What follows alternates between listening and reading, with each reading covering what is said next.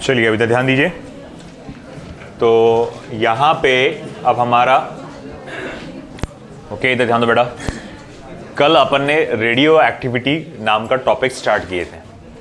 हम लोग ने कल देखा था कि रेडियो एक्टिविटी क्या होता है, law of radioactive decay हम लोग ने वो देखा, हाफ लाइफ टाइम के बारे में देखा, हम लोग ने एवरेज लाइफ टाइम के बारे में देखा, है ना।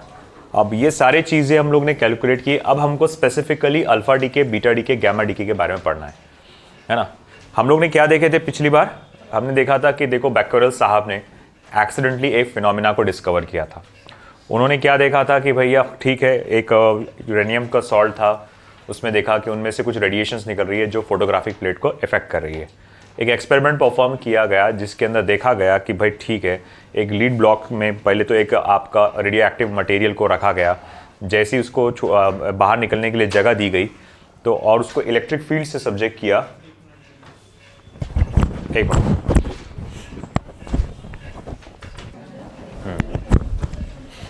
तो फिर बाद में जैसे हमने देखा एक एक्सपेरिमेंट परफॉर्म किया गया, वो जो निकल रहा था रेडिएशन उसको इलेक्ट्रिक फील्ड से सब्जेक्ट किया गया। तो हमने देखा वो जो रेडिएशन निकल रहा है वो 3 हिस्सों में बढ़ गया। एक पार्ट है जो नेगेटिव प्लेट की तरफ बेंड हुआ, एक पार्ट है जो पॉजिटिव प्लेट की तरफ बेंड हुआ, और एक पार्ट है जो बिना बेंड हुए सीधे सीधे ट्रैवल किया। हमने कहा कि जो नेगेटिव प्लेट की तरफ बेंड होता है वो पॉजिटिवली चार्ज होगा और उसका नाम दिया गया अल्फा पार्टिकल। जो पॉजिटिव प्लेट की तरफ बेंड होता है उसको कहा गया कि भैया ये नेगेटिवली चार्ज होगा और इसका नाम दिया गया बीटा पार्टिकल। और फिर जो बिल्कुल ना इधर गया ना उधर गया, बीच में सीधा सीधा गया, उसको हम लोग नाम दिया गैमा पार्टिकल। मतलब इसको हम पार्टिकल के अलावा डीके भी बोलते हैं। इस प्रोसेस को कहा जाता है डीके, है ना।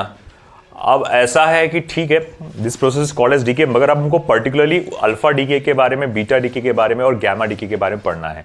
बहुत आसान सा टॉपिक है, कुछ खास है नहीं, बहुत ईजी है। चलिए 1 बाय 1 एक एक करके हम पढ़ते हैं। First of all we go for alpha decay. तो अल्फा डीके क्या है? It is a phenomena, it is a phenomena in which any nuclei of an atom emits helium nucleus, emits helium nucleus।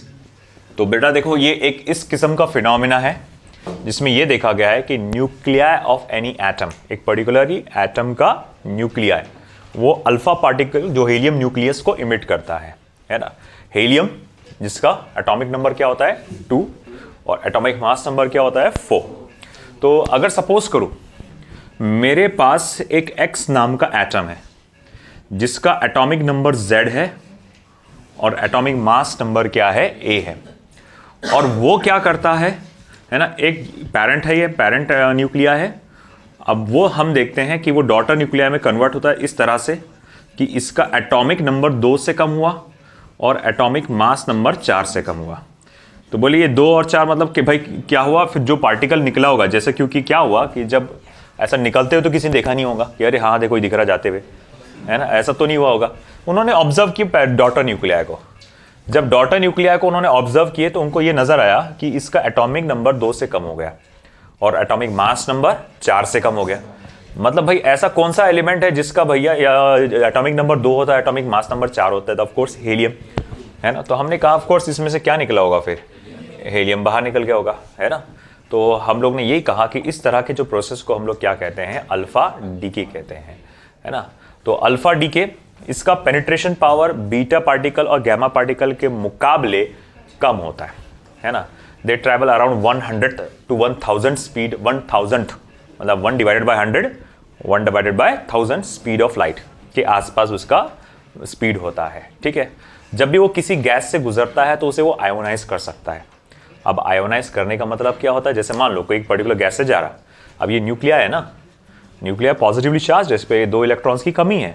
जब ये alpha particle कहीं से जाएंगे तो अब जाहिर बात है किसी गैस से अगर वो गुजरेगा तो वो क्या करेगा, उनके इलेक्ट्रॉन्स को चुरा लेगा अपने को स्टेबलाइज करने के लिए, अपना ऑक्टेट कंप्लीट करने के लिए। और अगर किसी गैस में से मटेरियल या जो भी एलिमेंट के पास से जब वो गुजर रहा है उसने इलेक्ट्रॉन चुरा लिया तो जाहिर बात है उस जगह क्या हो गया, इलेक्ट्रॉन की कमी आ गई, मतलब वहाँ क्या हो गया, आयोनाइजेशन क्रिएट हो गया।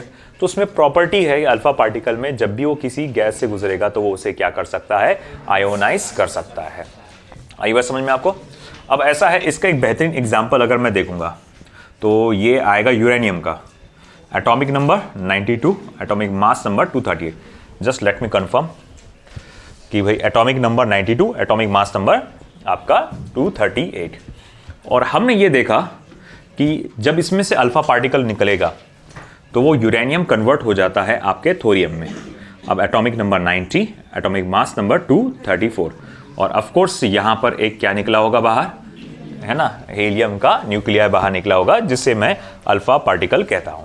ओके, अब देखो क्या बात है, खास बात हमने जब नोटिस किया कि जब यहां इस तरह से यहां पर अल्फा पार्टिकल का स्प्लिटिंग हो, या अल्फा पार्टिकल जब यहां से बाहर निकला, तो मैंने ये नोटिस करा कि यहां अगर मैं थोरियम के मास को मैं ऐड करूं, है ना, थोरियम के न्यूक्लियाई के मास को और हीलियम के न्यूक्लियाई के मास को ऐड करूं, मेरे को ऐसा लगा था कि शायद ये ऐड करने के बाद जो मास आएगा ये इसके बराबर आएगा। देखो भाई पूरा सुनो अच्छे से, नहीं तो तुम जोड़ेंगे कहीं का कहीं। तो देखा ये गया कि इसका मास जो है इससे कम आ रहा है, इसका मास जो है ज्यादा नहीं कम आ रहा है ना। तो बोले यार ऐसा नहीं कि हमेशा बस वो पहले हल्का रहेगा बाद में मतलब पहले भारी, जैसे मैंने आपको याद हो मास डिफेक्ट का एग्जांपल बताया था, मैं वहां फ्यूजन का एक कंसेप्ट ले रहा था, वहां पर लाइटर न्यूक्लिया लिया था मैंने, है ना। ये हैवी न्यूक्लिया की बात चल रही है ना।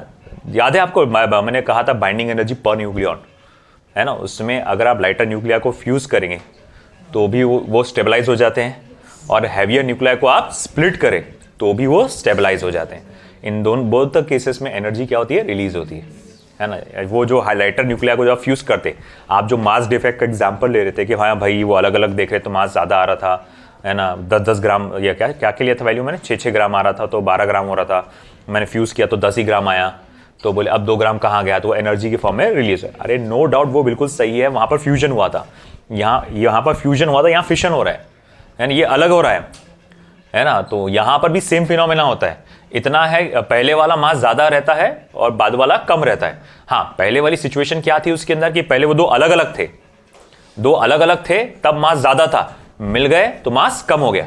यहाँ उसका उल्टा है, ये पहले अच्छा एक साथ था तो मास ज़्यादा है, जब अलग अलग हो गया तो मास कम है। ये हैवियर न्यूक्लिया का एग्जांपल लिया ना आपने, वहां पर सब हाइड्रोजन के साथ खेल रहे थे आप। अब यहां देखो कितना एटॉमिक नंबर है ना, 80 से ज्यादा है ये 90-92 वाले गेम खेल रहे हैं आप यहाँ पे। तो खैर हम लोग बात कर रहे थे कि देखो इस तरह से जब होता है तो हमने नोटिस क्या किया कि जब भी आप यहां इस तरह से देखते हैं कि भाई यहां का मास ज्यादा निकला, और जब मैंने ये देखा, जैसे एग्जाम्पल के तौर पे मैं बहुत बेसिक एग्जाम्पल के तौर पे लेता हूं कि देखो इसका मास क्या है, 12 ग्राम इमेजिन कर लो, और ये 10 ग्राम और ये 8 ग्राम और ये 2 ग्राम, है ना। मैं अगेन नंबर्स अपने मन से ले रहा हूं, तो मत सोचना कि सच में 12 ग्राम का रहता कि, है ना, एग्जाम्पल ले रहा हूं मैं। ये 12 ग्राम, 8 और 2, अब ये कुल मिला के कितना होता, 10। अरे भैया ये 2 ग्राम गया कहां, तो वो रिलीज हो गया in the form of energy, है ना। इसको क्यू वैल्यू कहा जाता है, हाँ, उसे क्या बोलते हैं, क्यू वैल्यू। तो वो रिलीज हो गया in the environment in the form of energy. आई बात समझ में, है ना, अल्फा पार्टिकल्स। तो ऐसा है कि जनरली देखो एक और बात बता दूं मैं, ये जो अल्फा डीके वहां होता है जहां पर आपकी प्रोटॉन्स की क्वांटिटी काफी ज्यादा होती है ना, यानी सिंपली हायर एटॉमिक नंबर वाले जो रहते हैं तो वहां पर आपको अल्फा डीके मिलेगा, क्योंकि भाई प्रोटॉन्स की क्वांटिटी ज्यादा है तो वहां पर स्प्लिट होना उनका आसान है, ठीक है ना। तो हमने ये चीज देखा। अब ऐसा है कि देखो भाई आइंस्टाइन के मास एनर्जी के रिलेशन से मैं ये पता लगा सकता हूँ E इक्वल्स टू या डेल्टा mc², है ना, कि भाई मास में जो डिफरेंस आ रहा है उसको c² से मल्टीप्लाई करो तो आप उसकी एनर्जी रिलीज जो रहेगी उसको पता लगा सकते हैं।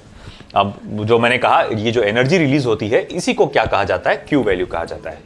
अब क्यू वैल्यू की वैल्यू क्या आती है, कैसे कैलकुलेट कर सकते हैं, तो देखो ये सिंपल बेसिक फॉर्मूला अगर देखा जाए तो mass of parent nuclei minus mass of daughter nuclei minus mass of helium nuclei multiply by c²।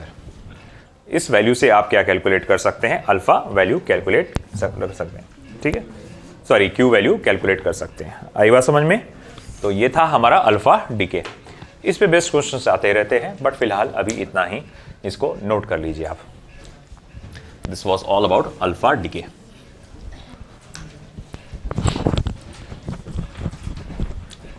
Diagram बना क्या, डायग्राम बना, ड्राइंग बना रहा क्या? चलिए आगे बढ़ते हैं हम लोग बीटा डीके के लिए।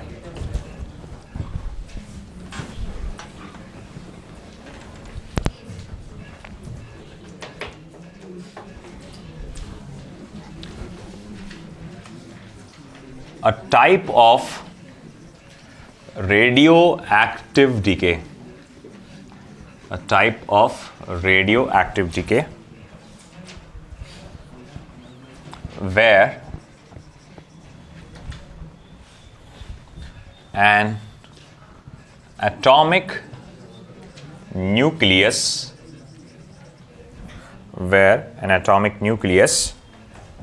emits a beta particle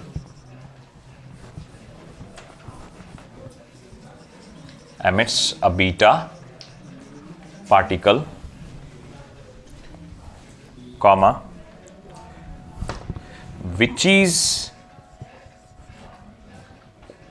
an either electron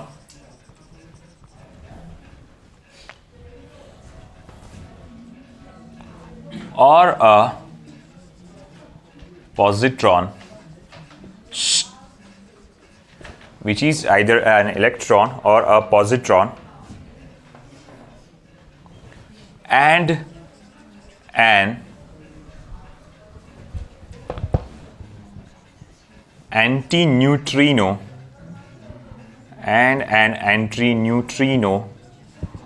or neutrino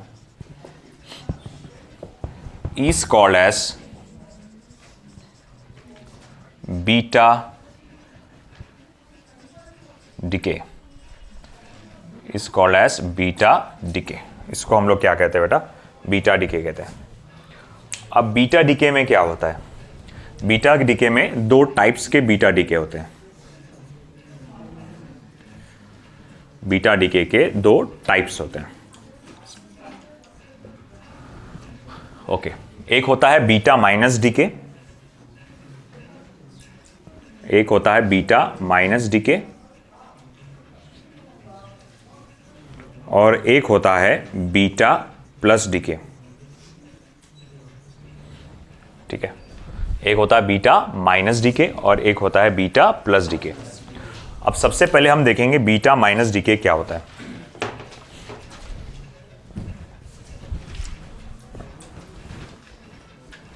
sorry,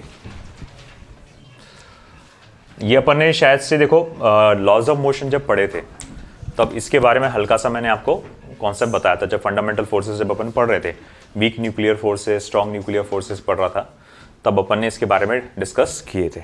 खैर चलो हम लोग पढ़ते हैं पहले आगे बीटा माइनस डीके। देखो बीटा माइनस डीके में क्या होता है कि जो आपके रेडियो एक्टिव न्यूक्लियाई होते हैं उसमें का जो न्यूट्रॉन होता है, उसमें का न्यूट्रॉन है ना, देखो भाई आप उसको स्प्लिट नहीं बोल सकते, कई लोग वर्ड जो है स्प्लिट थोड़ा गलत हो जाएगा। स्प्लिट मतलब वो था उसमें टुकड़ा हुआ, टुकड़े करके देखे तो उसमें से कुछ निकला है ना, तो ये स्प्लिटिंग नहीं है, ये कन्वर्जन है। जो आपका जो न्यूट्रॉन है ना, वो कन्वर्ट होता है पॉजिट्रॉन में। न्यूट्रॉन है वो कन्वर्ट होता पॉजिट्रॉन में और साथ में एक इलेक्ट्रॉन को वो क्या करता है, इमिट करता है। देखो ये इलेक्ट्रॉन कहां से निकला, न्यूक्लियस में से निकला। ये इलेक्ट्रॉन वो इलेक्ट्रॉन नहीं है जो न्यूक्लियस के अराउंड सर्कुलर ऑर्बिट में है ना, ये इलेक्ट्रॉन कहां से निकल रहा है, न्यूक्लियस में से। तो भाई देखो क्या हुआ कि अगर एग्जाम्पल के तौर पे थोड़ा सा एग्जाम्पल ले लेते हैं, मेरे पास एक कोई भी एक्स नाम का एक आपका मान लो रेडियो एक्टिव एलिमेंट था। इसका एटॉमिक नंबर 100 है, एटॉमिक मास नंबर 200 है, यानी 100 प्रोटॉन 100 न्यूट्रॉन। ठीक है, अब मैं एक न्यूट्रॉन को पकड़ूंगा, मैं देखता हूं कि अब वो एक न्यूट्रॉन जो है अपने आप को कन्वर्ट कर रहा है पॉजिट्रॉन में, और वो एक पॉजिट्रॉन में खुद को कन्वर्ट करता है और बाद में क्या करता है, इमिट एक इलेक्ट्रॉन और एक एंटी न्यूट्रिनो। अब एक इलेक्ट्रॉन और एंटी न्यूट्रिनो ये दोनों भी न्यूक्लियस के बाहर हो गए, दोनों भी न्यूक्लियस के बाहर हो गए। न्यूट्रॉन जो था एक वो काय में कन्वर्ट हो गया, पॉजिट्रॉन में। Positron same charge that of proton, आप प्रोटॉन जैसे ही समझ सकते हो उसको। ठीक है, अब चलो थोड़ी देर के लिए अब बताओ, वो अपन मैं बोल रहा हूँ पॉजिट्रॉन को प्रोटॉन ही समझो थोड़ी देर के लिए। अब बताओ, अब न्यूक्लियस के अंदर कितने प्रोटॉन और कितने न्यूट्रॉन बन गए अब? हाँ, वंस अगेन, चलो फिर से देखते हैं। एक न्यूक्लियस है, उसमें क्या है? 100 प्रोटॉन और 100 न्यूट्रॉन। एक न्यूट्रॉन ने अपना रूप बदला, उसने अपने आप को क्या बनवा लिया? पॉजिट्रॉन। मैंने बोला अभी का मान के चलो प्रोटॉन, उसका नेचर उसके ऐसे होता है, तो उसने क्या बना लिया? अपने आप को प्रोटॉन बोल लो थोड़ी देर के लिए, चलो प्रोटॉन बोल लो, है ना। और उसने एक इलेक्ट्रॉन, न्यूट्रॉन जब कन्वर्ट हुआ प्रोटॉन में, तो उसने एक इलेक्ट्रॉन और एंटी न्यूट्रॉन बाहर फेंक दिया, है ना, न्यूक्लियस के बाहर फेंक दिया उसने। अब मुझे बताओ, न्यूक्लियस के अंदर कितने प्रोटॉन हो गए और कितने न्यूट्रॉन हो गए? अब 101 प्रोटॉन हो गए होंगे और 99 न्यूट्रॉन हो गए होंगे, क्योंकि एक न्यूट्रॉन ने क्या करा? अपने आप को कन्वर्ट कर दिया प्रोटॉन के अंदर, है कि नहीं। और भाई क्या होगा अब? 101 प्रोटॉन और 99 न्यूट्रॉन्स। तो अब अगर देखेंगे यहां पर प्रोटॉन्स की क्वांटिटी बढ़ गई, 1 से बढ़ गई। अच्छा, total number of proton plus neutron देखो कितने अभी भी? 200 ही है अभी भी। तो तुमने क्या नोटिस किया यहां पे? एटॉमिक नंबर पे, हाँ नहीं, एटॉमिक नंबर बढ़ गया 1 से। अरे प्रोटॉन पहले 100 थे ना, अब 101 हो गए ना। एटॉमिक नंबर 1 से बढ़ गया, एटॉमिक मास नंबर सेम है ना। अगर मैं थोड़ा लिख कर बताऊं आपको, पहले 1 प्रोटॉन, नंबर ऑफ प्रोटॉन्स पहले 100 थे और नंबर ऑफ न्यूट्रॉन्स पहले कितने थे? 100 थे, है ना। अब ये कुल मिला के कितना हुआ फिर? 200। अब क्या हुआ यहां पर, है ना, चेंजेस आने लगे। चेंजेस आने के बाद क्या हुआ? एक न्यूट्रॉन अपना रूप बदल के क्या बन गया? प्रोटॉन। तो अब यहां कितने प्रोटॉन हो गए? 101 और ये कितने हो गए? 99। तो भैया अब देखो यहां पर एटॉमिक नंबर क्या होता है? Number of protons. तो भैया एटॉमिक नंबर 1 से बढ़ गया और एटॉमिक मास नंबर, हाँ एटॉमिक मास नंबर क्या होता है? दोनों का सम, जो कि कितना है अभी भी? 200 ही है। तो भैया अब यहां पर हम लोग देख रहे हैं, जो भैया आपके बीटा माइनस डीके में जो हुआ था, यहां पर भैया हमारा एक जो न्यूट्रॉन है ना, वो कन्वर्ट हुआ था पॉजिट्रॉन में, जिसने साथ में एक आपका इलेक्ट्रॉन, जिसको हम लोग बीटा पार्टिकल बोलते हैं, चलो ऐसे ही बोल देता हूं मैं, एक इलेक्ट्रॉन, या जिसको मैं कहूंगा बीटा पार्टिकल, उसी को बीटा पार्टिकल कहा जाता है, इमिट किया। और साथ में साथ उसने एक एंटी न्यूट्रिनो, है ना, एंटी न्यूट्रिनो, है ना, उसने वो भी इमिट किया। अब जिसके वजह से एक किस्म की एनर्जी फॉर्म समझ लो। अब इसके वजह से हुआ क्या कि अगर मेरे पास एक, मान लो पेरेंट न्यूक्लियाई था जिसका atomic number Z, atomic mass number A, तो अब मैं जब डॉटर न्यूक्लियाई को देखता हूं, तो डॉटर न्यूक्लियाई को मुझे क्या मिलेगा?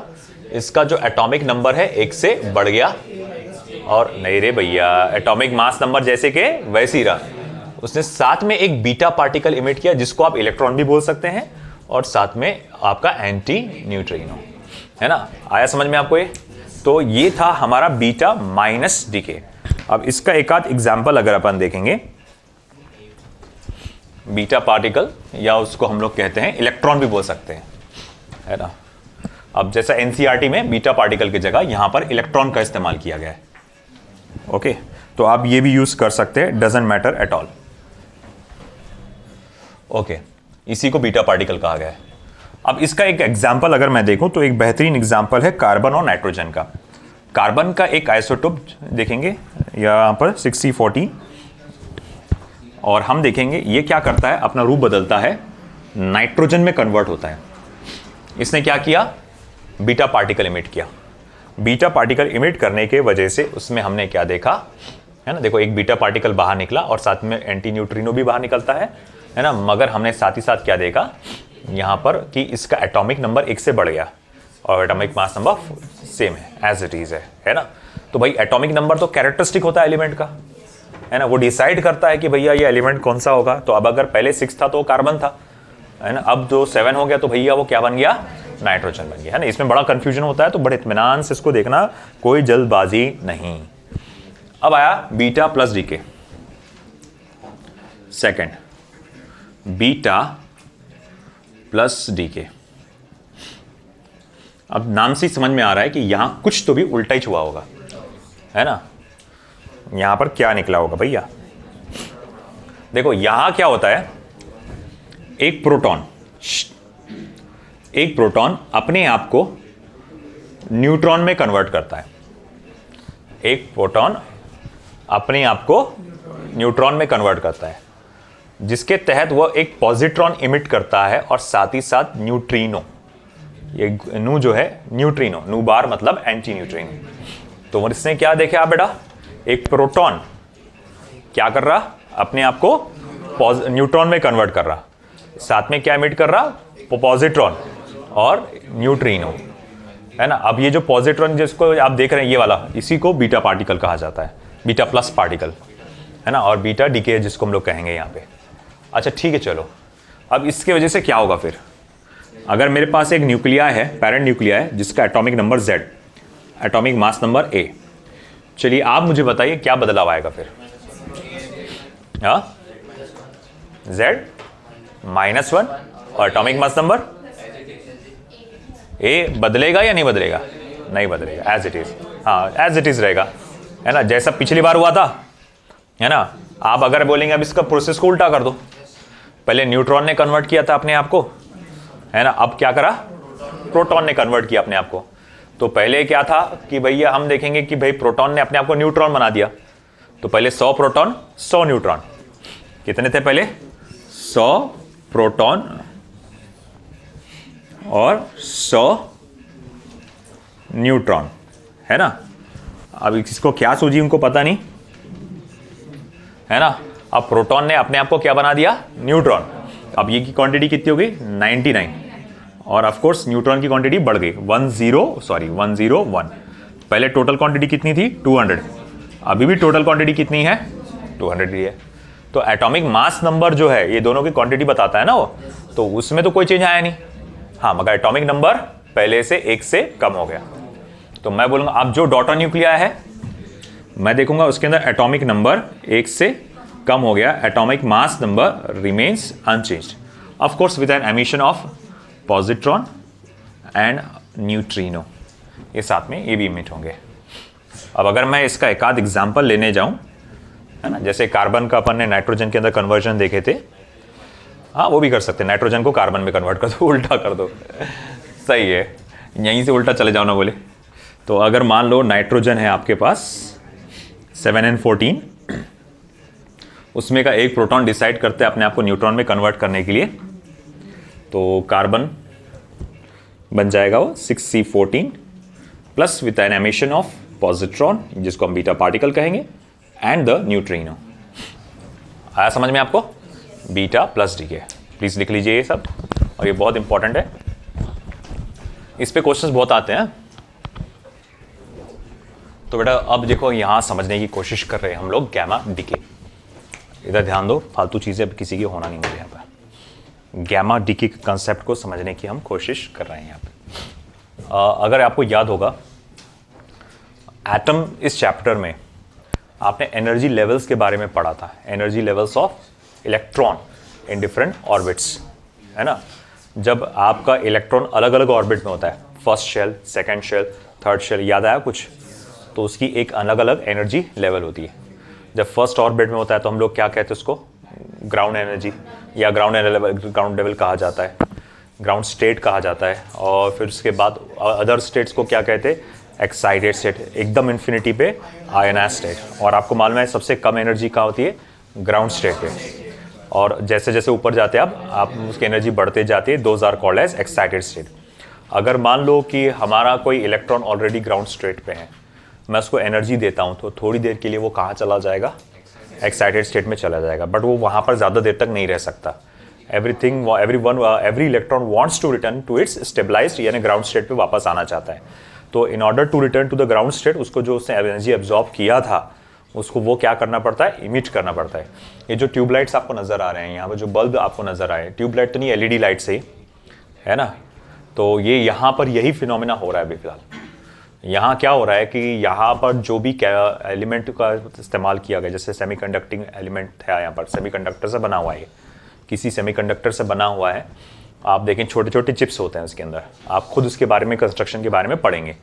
तो उसमें क्या हो रहा है कि ये इलेक्ट्रॉन क्या कर रहे हैं यहाँ पर, जो कि ग्राउंड स्टेट में है, तो इलेक्ट्रिसिटी जो आप सप्लाई कर रहे हैं उससे वो एनर्जी एब्जॉर्ब कर रहे हैं, और वो ग्राउंड स्टेट से जाकर वो एक्साइटेड स्टेट में जा रहे हैं, है ना, इलेक्ट्रिसिटी अब्जॉर्ब कर रहे हैं, मगर वो वहाँ पर ज़्यादा देर तक टिक नहीं सकता, जिसके बाद वो वापस आता है ग्राउंड स्टेट पे। और जब वो ग्राउंड स्टेट पे वापस आता है तो उसमें से एनर्जी बाहर निकल, यही जो हमको नज़र आ रही है ना, लाइट। हाँ, हीट के फॉर्म में भी निकलती है, मगर एलईडी जब आप बात कर रहे हैं तो वो लाइट के फॉर्म में निकलती है। तो एलईडीज में स्पेशली वो लाइट के फॉर्म में निकलती है। अगले चैप्टर में इसी के बारे में आप इन डिटेल स्टडी करने वाले। हाँ, स्पेशल डायोड्स है तुमको, तो इन डिटेल्स तुमको वहाँ पर स्टडी करना पड़ेगा। अब अगर आपने नोटिस किया होगा, आपने वहाँ पर एनर्जी लेवल्स का जब लेवल डायग्राम बनाए थे, ग्राउंड स्टेट की एनर्जी, ग्राउंड लेवल की एनर्जी कितनी थी? -13.6 इलेक्ट्रॉन वोल्ट। उसके बाद वाली भी जो होंगी कितना है? माइनस सेकेंड स्टेट की क्या एनर्जी है? फर्स्ट का तो सबको याद है, -13.6 electron volt, -3.4 electron volt. Third state -1.51 electron volt. हाँ चलो ठीक है, वैल्यूज नहीं, बस मेरे को एक चीज़ पे आपको फोकस कराना है, उसकी जो यूनिट है वो क्या है? Electron volt. मतलब यहाँ पर जो सभी एनर्जी लेवल्स है उनकी जो वैल्यूज है वो इलेक्ट्रॉन वोल्ट में। तो जब इलेक्ट्रॉन बाहर की किसी ऑर्बिट से अंदर के ऑर्बिट पे जंप करता है तो आपको याद होगा एनर्जी गैप के बराबर वो एनर्जी को क्या करता है? लिबरेट करता है। तो वो एनर्जी जो लिबरेट करेगा वो भी इलेक्ट्रॉन वोल्ट के ही फॉर्म में होगी, है ना। बस ऐसा ही कुछ न्यूक्लियस में भी होता है ना। ये जो गैमा डीके होता है, it is the further process of alpha and beta decay. मतलब अल्फा डीके हो गया, बीटा डीके हो गया, ये उसके बाद की प्रोसेस है। कुछ भी दोनों में से कोई एक प्रोसेस हो रहा है, मान लो एक पैरेंट न्यूक्लिया है, उसमें क्या हुआ? अल्फा डीके हो गया। तो जब ये अल्फा डीके होता है, बीटा डीके होता है, जब ये पार्टिकल वहां से बाहर निकलता है ना, तो वो जो आपका जो न्यूक्लिया होता है वो अभी भी थोड़ा सा एक्साइटेड स्टेट में होता है।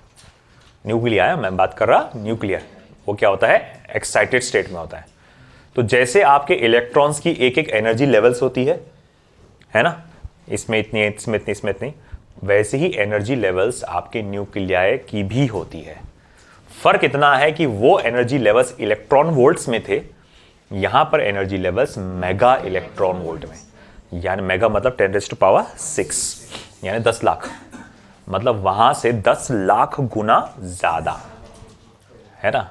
तो वहां से 10 लाख गुना ज्यादा एनर्जी का फर्क होता है। यहाँ पे बहुत ज्यादा एनर्जी होती है यहाँ पे, इसीलिए इतनी घातक होती है ये रेडिएशंस, है ना। इतनी ज्यादा एनर्जी का इस्तेमाल होता है। अब तुम सोचो, यही चीज़ की वजह से ये कई जगहों पे इस्तेमाल किया जाता है ना। जैसे कि आप ट्यूमर्स में इस्तेमाल करते हैं, ट्यूमर्स बर्न करने के लिए, है ना। ट्यूमर्स बर्न करने, एक आपने सुना होगा, एक जैसा एक रेडियोलॉजिस्ट इस्तेमाल करते हैं इस कॉन्सेप्ट को, जैसा कि कैंसर के ट्रीटमेंट होता है, ब्रेन ट्यूमर का कॉन्सेप्ट होता है। ब्रेन ट्यूमर मालूम है ना, ये जैसे ट्यूमर हो जाता है ब्रेन में, एक फुंसी जिसको बोल सकते हैं, सिंपल सी, बाद में जो फोड़ा बन जाती है कह सकते हैं फॉर एग्जाम्पल। तो बाद मैं तब बायोलॉजिकली डिटेल में नहीं जानता उसके बारे में, बट इतना जानता हूँ कि कुछ है जो एक छोटा सा चालू होता है बॉडी में, हर रोज़ होता है हमारे, बोलते वो, ऐसा सुनता मैं कि ये चीज़ बॉडी में रोज़ पनपती रहती है ना। ये ट्यूमर्स जो है हमारे बॉडी में रोज़ आते रहते, कैंसरस ट्यूमर्स, मगर वो जो हमारे जो इम्यून सिस्टम का कौन से क्या रहते हैं, उसको नाम अच्छा टी सेल्स या कुछ रहता है ना, वो उसको अटैक करके उसको वो ख़त्म करते रहते हैं, है ना। इसीलिए बाहर की चीज़ें इतने जो तुम फालतू खाते ना, है ना, अरे 5 रुपए वाला पैकेट है ना, तो नहीं भाई, ये बहुत घातक होता है भाई। स्टूडेंट्स भाई, आप गर्ल्स स्पेशली जाओ, जो घर का खाना आता ना, वो घर का इन लोगों का खाना आता आप लोगों का, वो साइड में रख के आप पता नहीं क्यों कुरकुरे चिप्स ये वो सब मंगाते रहते। इतना घातक होता है ये, इतना डेंजरस होता है तुम लोग अभी, और इसका इफेक्ट अभी नहीं होता, बाद में इसके इफेक्ट्स होते हैं। किसी किसी को अभी भी हो जाता, यंग एज में भी हो जाता। 1-2 केसेस मैंने खुद देखा, मेरी फैमिली में एक केस था, है ना। वो तो मतलब उसको थायराइड, एक थायराइड का इशू था, मेरा एक कजिन है, भाई था, तो था, मजाक में थोड़ा इस चीज़ को, तो उसको थायराइड का इशू था। तो थायराइड का इशू, तो वो MBBS डॉक्टर बन चुका था, मतलब वो फाइनल ईयर में था MBBS में। उसका इतना वो था, देखो वो ज़्यादा उसका दिमाग चलता नहीं था, मगर वो हार्ड वर्किंग बहुत था। उसको जो मैं आपको एग्जांपल देता ना, MS ऑर्थोपेडिक भाई, ये जो बताया था मैंने, वो उसी का छोटा भाई है, सबसे छोटा भाई, वो 4 भाइयों में का सबसे छोटा भाई था, है ना। तो उसको थायराइड थोड़ा सा मेडिकली वीक था वो पहले से ही, अब ऐसा है कि वो कहाँ, आई थिंक शायद जलगांव के आसपास कौन सा मेडिकल कॉलेज है, वो सेमी गवर्नमेंट का एक मेडिकल कॉलेज है ना जलगांव। तो वहाँ पर वो जो ऐसा था, वो गवर्नमेंट जो कॉलेज था वो पूरा आउटस्कर्ट्स में, तो आउटस्कर्ट्स में होने के कारण वहाँ प्रॉपर कुछ खाने के लिए अवेलेबल नहीं, वही समोसा कचौरी पानी पूरी बस वही खा रहे थे। अब उससे ये हुआ, उसको बहुत लाखों में एक बीमारी होती बोलते कुछ, तो पैंक्रियाटिस करके होता है, पैंक्रियाज जो कैसे, तो उस चीज़ का इशू हो गया उसको। मतलब उसको इतना उसने मतलब स्ट्रगल किया उस चीज़ को लेकर, बहुत अचानक उसकी बहुत ज़्यादा उसकी तबीयत बिगड़ते गई और अनफॉर्चुनेटली उसकी एक दिन मतलब कुछ एक दिन के बाद उसकी डेथ हो गई, है ना। वो बहुत ट्रैजिक था, MBBS फाइनल ईयर में था, MBBS फाइनल ईयर में, है ना। और ऐसे ही एक इनका भाई जहाँ अभी कहाँ बता रहे थे जैसा इनके मतलब एक शायद से ललित ट्यूटोरियल्स की बात है, तो वहाँ एक स्टूडेंट था, तो वहाँ पर भी वैसी कुछ सिचुएशन हुई। वहाँ पर भी एक लड़का, उसको भी कुछ ऐसी हल्का सा मतलब इम्यून सिस्टम वीक था उसका, और ये बाहर के खाने ये सब चीज़ों में उसमें वो मुलविस हुआ, और फिर उसको अब वो ऐसा हुआ कि बहुत ज़्यादा उसकी तबीयत बिगड़ी और उसमें भी उसकी डेथ हो गई। तो ये आप जो सोच रहे हैं इतने धड़ल्ले से खाते हैं आप ये चीज़ें, दिस इज़ वेरी डेंजरस, है ना। फैटी लीवर, ये इवन मैं बोलूँ ना, मेरा बहुत बड़ा वेट गेन जो हुआ था ये इसी चीज़ की वजह से हुआ था। मतलब ऐसा है, मेरा सबसे बड़ा जो वेट गेन हुआ था जस्ट अब अगर फ्यू इयर्स बैक, जब मेरा ऐसी गैप आया था बहुत बड़ा, मैं जब अप डाउन कर रहा था, तो मैं सोचा था सुबह नाश्ता करके निकल जाऊँगा हैवी, शाम में रिटर्न आके 5-6 बजे खाना खा लूँगा मैं, है ना, अच्छे से। तो वो जो अच्छा खासा लंबा गैप आ रहा था, मैं 9-10 बजे निकल रहा नाश्ता करके अच्छा खासा, मगर मैं शाम में जब रिटर्न आ रहा हूँ तो मतलब 5-6 बजे, तो वो टाइम गैप ज़्यादा हो जा रहा, उस बीच में भूख लग रही, तो भूख लग रही तो क्या, नुक्कड़ की कचौरी, है ना, और चूड़े, बालाजी के, हल्दीराम के ये चिप्स ये वे सब चल रहा। मगर वो धीरे धीरे अपने को कैसा फील हो रहा मुझे कि जब मैं हाथ का मूवमेंट कर रहा तो एक सूजन जैसी फील हो रही। अब मैं बहुत ज़्यादा वेट गेन कर, क्योंकि अब अपने को इतना अपन जब लगातार जो देखता रोज़ उसको इतना मालूम नहीं पड़ता। अब एक पर्टिकुलरली एक जगह पे मैं अपने ऐसी दोस्त से मिलने गया, तो उसने बोला यार ये तो तू बहुत ज़्यादा वेट गेन कर लिया। और फिर मैं सोचने लगा उस बारे में।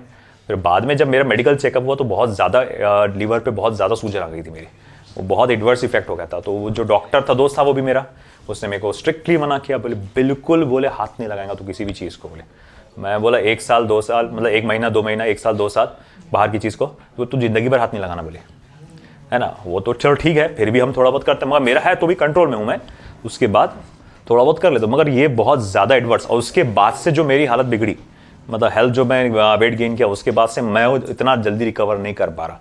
तो तुम जो सोच के चल रही है चीज़ें बहुत ख़तरनाक रहती, तुम थोड़ा ये चीज़ों को, गर्ल्स स्पेशली, आगे जाके बहुत डेंजरस इफेक्ट पड़ेगा इसका, है ना। तो आए दिन जो बीमार पड़ रहे तुम लोग आए जरी चीज़ों पे, वो उसी का रहता है। और किसी का इम्यून सिस्टम वीक है तो और भी ज़्यादा घातक है ना। फिर तुम अगर इतनी मेहनत करे तो फिर क्या कर रहे तुम, है ना। अगर तुम लोग लाइफ को आगे सही तरह से सस्टेन नहीं कर पा रहे तो फिर अच्छी चीज़ें आ रही घर से खाओ, नहीं तो फिर लाओ भाई बिरयानी मंगवाओ खाओ, वो भी वही है। बाहर की बोले तो बाहर का कुछ भी बोलो वही है, सब घर का खाना है वो खाओ अच्छे से, है ना। घर फालतू चीज़ नहीं, फालतू हरकतें नहीं। तो भैया अब ऐसा है कि सेंस में रहा करो ज़रा से, है ना। तो ये चीज़ें थोड़ा सा आप अपने आप पे ध्यान दीजिए। अब ऐसा है कि ये चीज़ों के वजह से जो बॉडी में ट्यूमर्स डेवलप होते, ये जो बाहर है ना ये चीज़ें, अब आप प्लास्टिक बहुत धड़ल्ले से इस्तेमाल कर रहे हैं, हर चीज़ में हम प्लास्टिक है जो बहुत यूज़ कर रहे हैं। तो आप प्लास्टिक इवन वो बोलते, जैसा एक बताया था कि जैसे अपन चाय की जो छन्नी इस्तेमाल करते हैं, वो जो प्लास्टिक की रहती है उसमें बहुत ज़्यादा माइक्रो प्लास्टिक जो है बहुत बड़े अमाउंट में बोलते जाता है चाय के अंदर, और अपन वही कंज्यूम करते हैं, है ना, धड़ल्ले से। अपन पानी की बॉटल्स आज सब फेंको ले जाके, प्लास्टिक की बॉटल्स, है ना, पानी की प्लास्टिक की बॉटल जो अपने यहाँ है सब है, वो सब बकवास है ना। मैं तो मतलब घर पे तो हमारे नहीं यूज़ करते हम घर पे तो बस कांच की यूज़ करते हैं। तो मगर ये आगे आ गया, सर ने ला लिया, ठीक है ना। तो अब ऐसा है कि भाई प्लास्टिक की बॉटल, ये अगेन यहाँ पर बहुत ज़्यादा इसका मतलब डिसएडवांटेज है, ये बहुत ख़तरनाक होता है, और ये बॉडी में जाके बार बार जा रहा है, कंज्यूम हो रहा है बॉडी के अंदर, और क्या क्या एडवर्स इफेक्ट हो रहे होंगे पता नहीं, है ना। अब इसमें क्या हो रहा है कि भाई अपने टी सेल्स ठीक है, वो तो लड़ रहे, कर रहे, मार रहे, उनको जाके ट्यूमर्स को रोज हो रहा है ऐसा कांड, है ना। तो ऐसा है कि ये लड़ाई तो रोज चल रही है बॉडी के अंदर। कभी कभार क्या होता है, सिचुएशन ये आ जाती है कि अब टी सेल्स इतने ताकतवर नहीं रह पाते, है ना। अब वो आपका जो भी कहा जाएगा ट्यूमर है वो ज़्यादा हावी हो जाता है और वो बढ़ते चले जाता है, वो इतना ताकतवर हो जाता है कि बॉडी की इम्यून सिस्टम पे वो हावी पड़ जाता है, तब वो जाके कैंसर की शक्ल लेता है या फिर ब्रेन में ट्यूमर की शक्ल लेता है, तो फिर वहाँ पर इश्यूज बढ़ जाते हैं।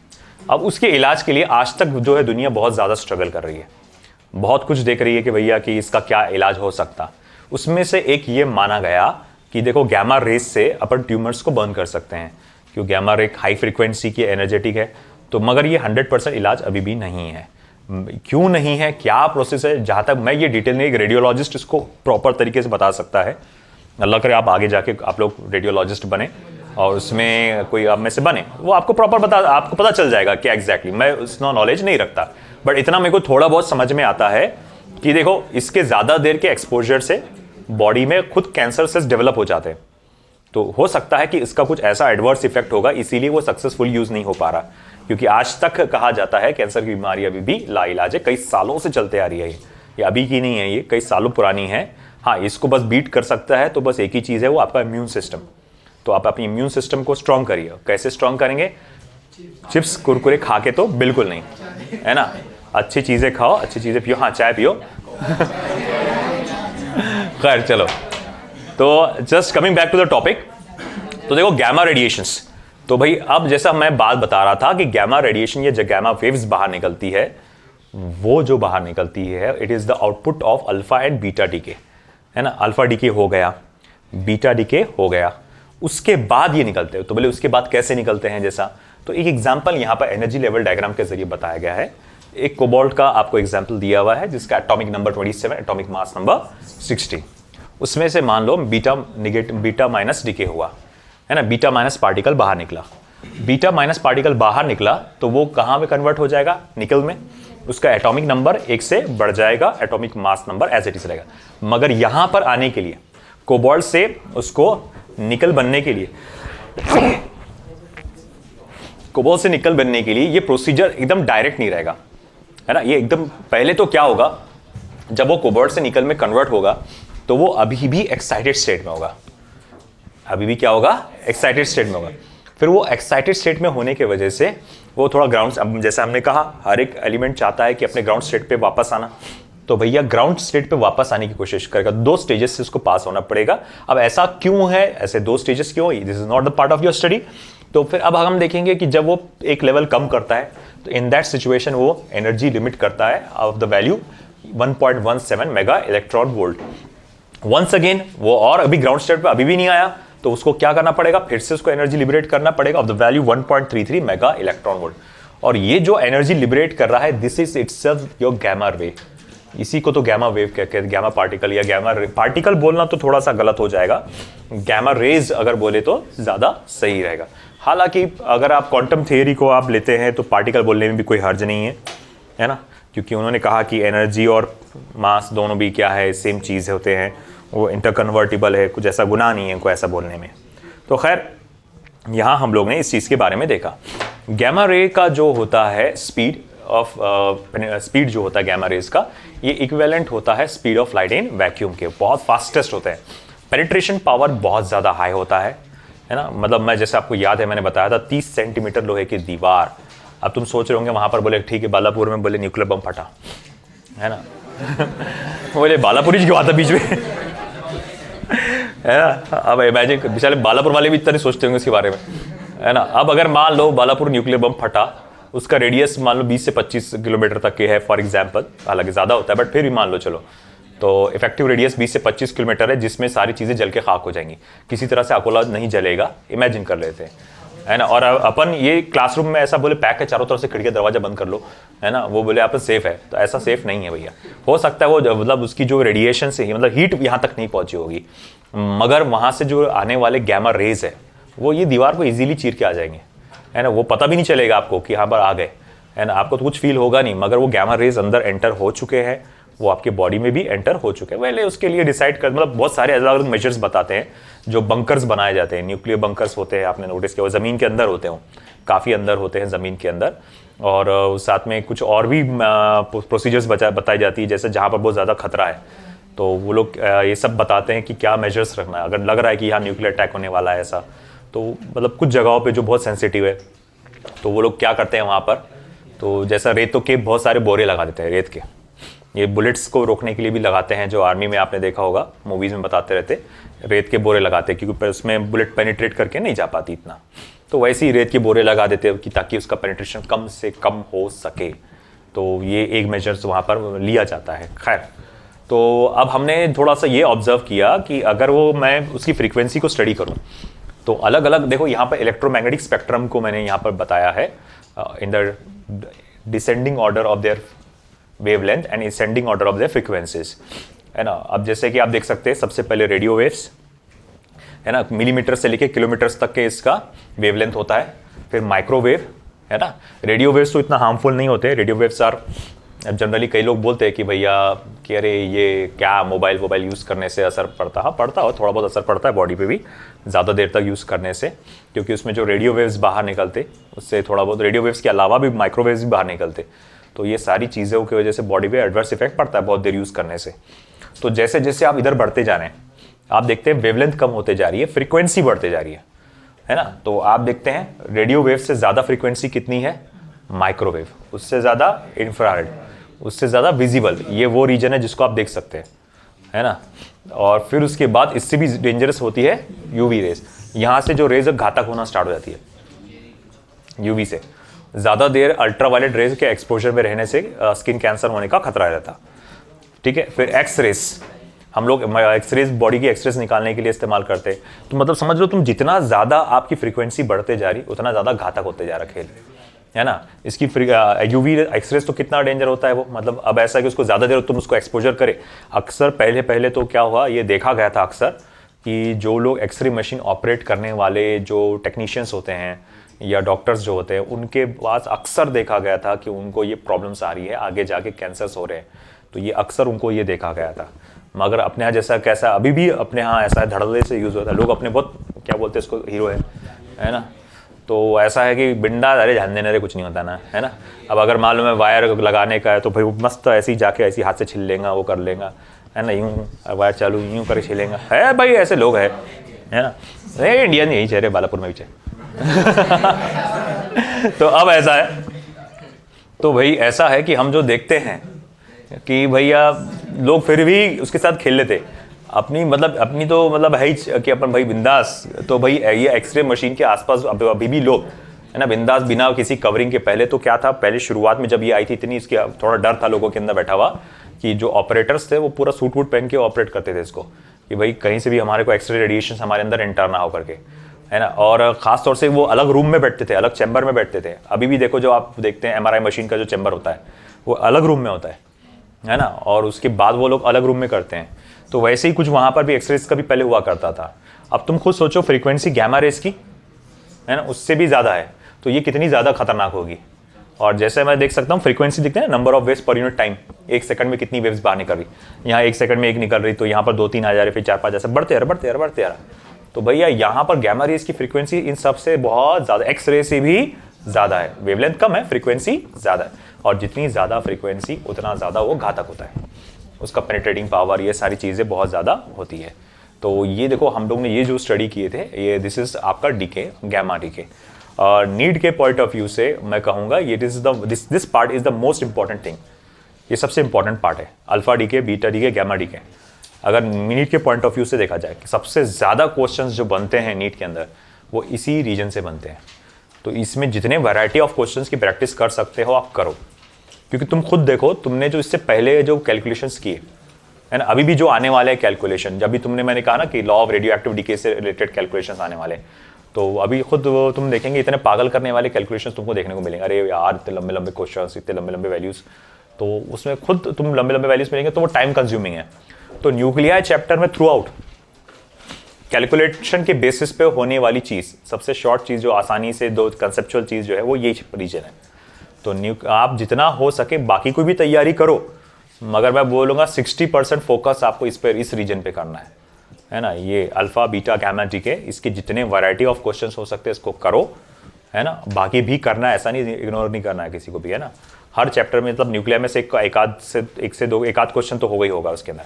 और फिशन और फ्यूजन का कॉन्सेप्ट भी है, वो भी आने वाला है ना, मगर वो अक्सर कई बार डिलीट होते रहता है फिशन फ्यूजन। तो वो आगे रहेगा नहीं रहेगा वो क्या है, मैं अभी जब तक कि सिलेबस डिक्लेयर नहीं हो जाता मैं आपको कुछ बोल नहीं पाऊंगा उस चीज़ के लिए, है ना। तो लिख लो ये जो पार्ट है इतना, बाकी लिखेंगे।